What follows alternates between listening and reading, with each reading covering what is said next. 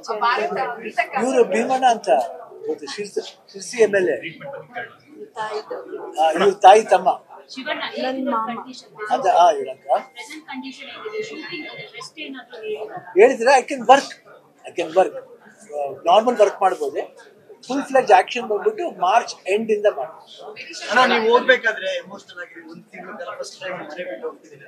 So ಇವತ್ತು ಬಂದ್ರಿ, gate ಒಳಗಡೆ ಬಂದಾಗ ಅಭಿಮಾನಿಗಳ ಈ ಒಂದು ಸ್ವಾಗತ ಏನ್ ಅನ್ನಿಸ್ತು ಆ ಕ್ಷಣ? ಇವಾಗಿಂದ ನಮ್ಮ 38 ವರ್ಷದಿಂದ ಹೂನೇ ನಾನು ಬೆಳೆಸ್ತಾ ಇದ್ದಾರೆ, ಇವತ್ತಿಂದ ಮರೆಸ್ತಾ ಇರೋದು ಅಂತಲ್ಲ. ಶಿವಣ್ಣನಿಗೆ ಏನಾದ್ರು ಆಗ್ಬೇಕು ಅಂತ ಇದ್ರದ್ದು ಯಾವಾಗಿದ್ರು ಅವ್ರು ನನ್ನ ಅದೇ ತರ ಹೂಲೇ ಬೆಳೆಸ್ತಿದ್ದಾರೆ.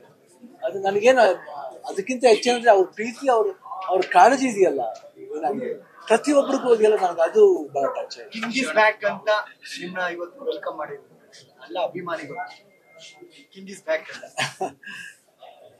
King will be always back. Particular ಆಗಿ ಒಂದಿಷ್ಟು ಪಾತ್ರಗಳ ಮುಖಾಂತರ ಅಭಿಮಾನಿಗಳಿಗೆ ಇನ್ಸ್ಪಿರೇಷನ್ ಆಗುವಂತ ಬೇರೆ ಇರುತ್ತೆ. ಇಂಥದ್ದೊಂದು ಸಂದರ್ಭನೂ ಕೂಡ ಗೆದ್ದು ಈಗ ನೀವು ಇನ್ಸ್ಪಿರೇಷನ್ ಆಗ್ತಾ ಇದ್ರೆ, ಯಾಕಂದ್ರೆ ಸಹಜವಾಗಿ ಇಂಥದ್ದೊಂದು ಸಂದರ್ಭ ಬಂದಾಗ ಫೇಸ್ ಮಾಡೋದು ತುಂಬಾ ಡಿಫಿಕಲ್ಟ್ ಆಗಿರುತ್ತೆ, ಸಹಜವಾಗಿ ಕುಗ್ದು ಹೋಗ್ತಾರೆ. ಸೊ ಅಂತ ಸಂದರ್ಭಗಳನ್ನ ಫೇಸ್ ಮಾಡೋರ್ಗೂ ಕೂಡ ಈ ಸಿಚುವೇಶನ್ ಇನ್ಸ್ಪಿರೇಷನ್ ಆಯ್ತು. ಧೈರ್ಯ ಕೊಡೋರು ಇವರು ಜಾಸ್ತಿ ಮನೆಯವರು ಇಲ್ಲೇ ಪಕ್ಕದಲ್ಲೇ ಇದ್ದಾರೆ, ಅವರ ಇರ್ಬೋದು, ಫ್ರೆಂಡ್ಸ್ ಇರ್ಬೋದು, ಸಂಬಂಧಿಕರು ಇರ್ಬೋದು. ಎಸ್ಪೆಷಲಿ ನಮ್ಮ ಫ್ರೆಂಡ್ ಸರ್ಕಲ್ ತುಂಬ ಜನ ಇದ್ದಾರೆ.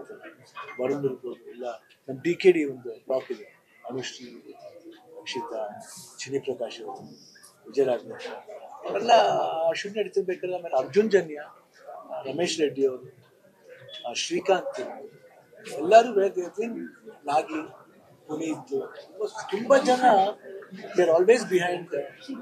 ಧೈರ್ಯ ಇದೆ. ಆಮೇಲೆ ಏನಾಗುತ್ತೆ ನನಗೆ ಅದ್ರ ಬಗ್ಗೆ ಕೇರ್ ಇಲ್ಲ, ಓಕೆ ನೋಡೋಣ ಅಷ್ಟೇ, ಏನಾಗ್ಬೋದು ಹೆಂಗಾಗ್ಬೋದು ಅಂತ. ಬಟ್ ಡಾಕ್ಟರ್ ಮನೋರ್ ಅದೇ ಹೇಳ್ತಿದ್ರು, ಧೈರ್ಯ ಮೆಚ್ಚಬೇಕಾಯ್ತು.